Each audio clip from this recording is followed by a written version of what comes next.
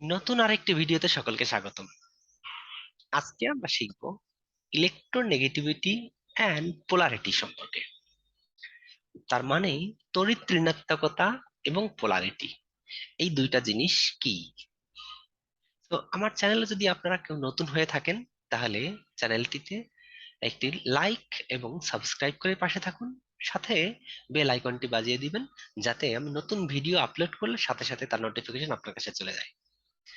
এবং এই ভিডিওগুলো একটু বেশি করে শেয়ার করবেন, কারণ যারা বাংলা ভাষাভাষী এবং তুলনামূলক ইংরেজিতে দুর্বল তারা এই বাংলা ভাষার রসায়নের ভিডিওগুলো দেখে স্বাভাবিকভাবে অথবা সহজেই রসায়নের বেসিক আইডিয়াটা পেতে পারবে, যেটা আসলে বিভিন্ন ভাষায়, ইংলিশ বা অন্যান্য ভাষায় আমাদের ছেলেদের পক্ষে বা আমাদের মেয়েদের পক্ষে এটা গ্রহণ করা সম্ভব না।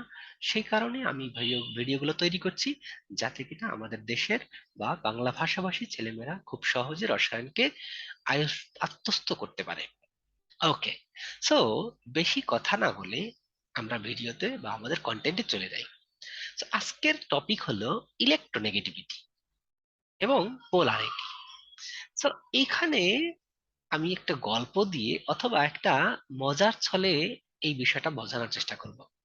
তো এইখানে আমরা একটা রশি টানাটানি খেলা আমরা বাচ্চাকালে করেছি, বা এখনো মাঝে মধ্যে বড় হলেরা কখনো কখনো ছোট বড় কোনো প্রোগ্রামে গিয়ে অথবা পিকনিকে গিয়ে এরকম রশি টানাটানি খেলে। তো রশি টানাটানি খেলে সেক্ষেত্রে এক দলে হয়তো বা 10 জন আর এক দলে 10 জন, এরকম করে মোটা একটা রশি নিয়ে দুই দলে 10 জন 10 জন 20 জন করে লোক, অথবা দুইজন বা তিনজন বা 5 জন, যতজন হোক না কেন, যেমন মানুষ আছে তেমন করে এই রশি টানা খেলা হতে পারে। এখন সেই রশি টানা খেলার মধ্যে যদি দুই দল সমান শক্তিশালী হয় তাহলে কি হবে, যে কোনো দলই কিন্তু ওই রশ্মিটাকে বা এক দল আর এক দলকে পরাজিত করতে পারছে না।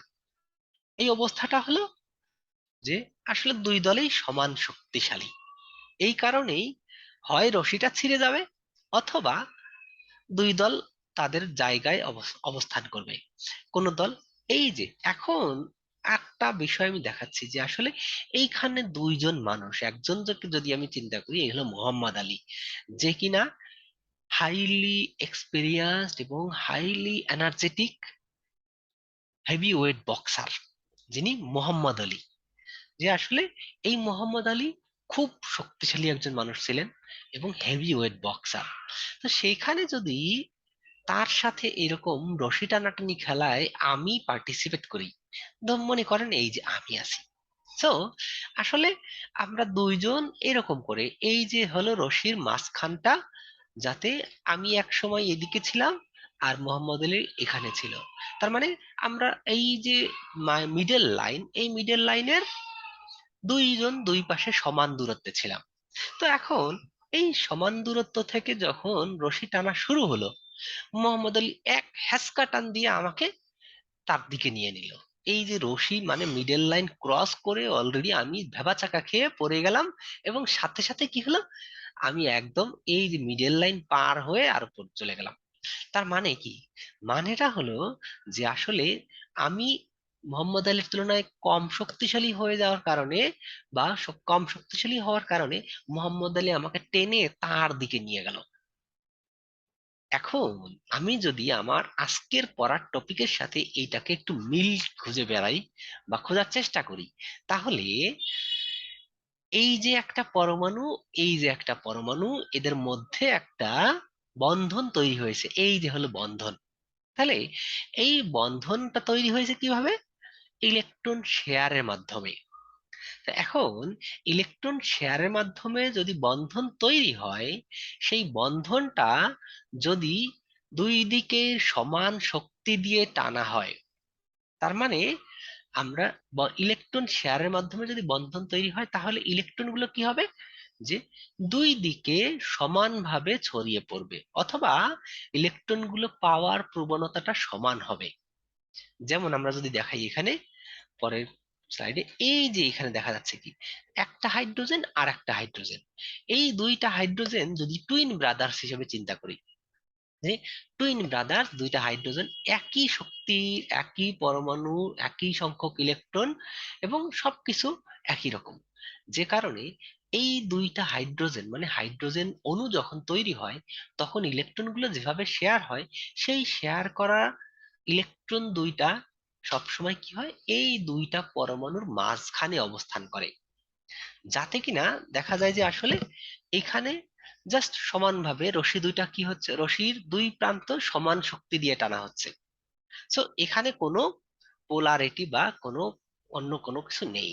কিন্তু যখন বলেছিলাম যে এই যে মোহাম্মদ আলী আমাকে টেনে তার দিকে নিয়ে নিছে, তার মানে মোহাম্মদ আলী আমার থেকে অনেক বেশি শক্তিশালী বলেই আমাকে তার দিকে টেনে নিতে পেরেছে।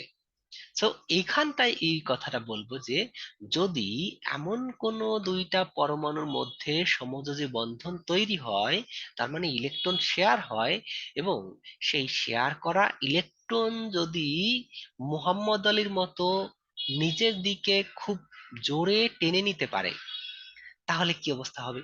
এইখানে যদি দেখি যে একটা অক্সিজেন এবং একটা হাইড্রোজেন, এই দুইটা পরমাণু যখন পরস্পর ইলেকট্রন শেয়ার করে, এইটা হলো মোহাম্মদ আলী আর এটা হলো আমি, তাহলে এই যদি অবস্থা হয় সেক্ষেত্রে মোহাম্মদ আলী কি করবে, এই যে শেয়ার করা ইলেকট্রন দুটা বেশিরভাগ সময় বা এক হ্যাসকা টানে তার দিকে টেনে নিবে, যাতে কিনা আমার দিকে কোনো ইলেকট্রন থাকবে না, অ্যাপারেন্টলি মনে হবে যে আমার দিকে কোনো ইলেকট্রন নেই।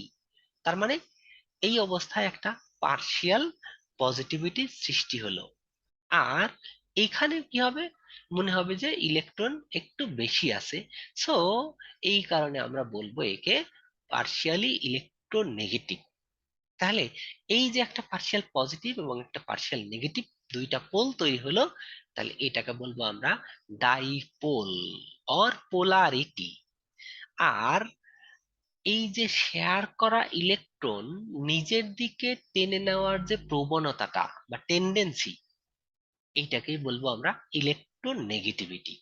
মানে কোনো একটা সমযোজী যৌগের মধ্যে যখন দুইটা পরমাণু থাকে, সেই পরমাণু দুইটার মধ্যে ইলেকট্রন দুটো বা শেয়ার করা ইলেকট্রন নিজের দিকে টেনে নেওয়ার যে ক্ষমতা অথবা প্রবণতা অথবা টেন্ডেন্সি, সেটাকেই আমরা বলছি ইলেকট্রোনেগেটিভিটি। তার মানে এখন এইখানে দেখলাম কি দুইজনের শক্তি সমান বলে ইলেকট্রন দুইটা মাঝখানে থাকছে, আর এইখানে দুইজনের শক্তি আলাদা, যার শক্তি বেশি সে তার দিকে ইলেকট্রন দুইটা বেশি টেনে নিচ্ছে। তাহলে এভাবেই কিন্তু আমরা পোলার বা পোলারিটি মলিকুল পাচ্ছি, পোলার মলিকুল পাচ্ছি। তাহলে এই যে এখানে আরেকটা হাইড্রোজেন আর একটা অক্সিজেন ঠিক একই রকম, এখানেও যেমন ছিল, এখানে একটা পার্শিয়াল পজিটিভ, এখানে একটা পার্শিয়াল নেগেটিভ। তার মানে এই যে একটা আমরা পানির অণু দেখিয়েছি, পানিটা তাহলে কি হলো, একটা ডাইপোল মলিকুল বা পোলার মলিকুল। তাহলে যদি কখনো দুইটা inhomogeneous or different molecule, sorry different atom থাকে, তাহলে এই ডিফারেন্ট অ্যাটমের মধ্যে যখন ইলেকট্রনগুলো শেয়ার হবে তখন তারা কি হবে, একটা নন পোলার মলিকুল তৈরি করবে। কিন্তু যদি দুইটা একই ধরনের পরমাণুর মধ্যে ইলেকট্রন শেয়ার হয়, তাহলে সেক্ষেত্রে সেই মলিকুলটা হবে নন পোলার। তাহলে এই হলো আমাদের আজকের ইলেকট্রোনেগেটিভিটি এবং পোলারিটি সম্পর্কে ধারণা। সো যদি ভিডিওটি ভালো লেগে থাকে তাহলে একটা লাইক এবং সাবস্ক্রাইব করে পাশে থাকুন, এবং পাশে থাকা বেল আইকনটি বাজিয়ে দিন, এবং ভিডিওটি একটু শেয়ার করে দিবেন। ধন্যবাদ।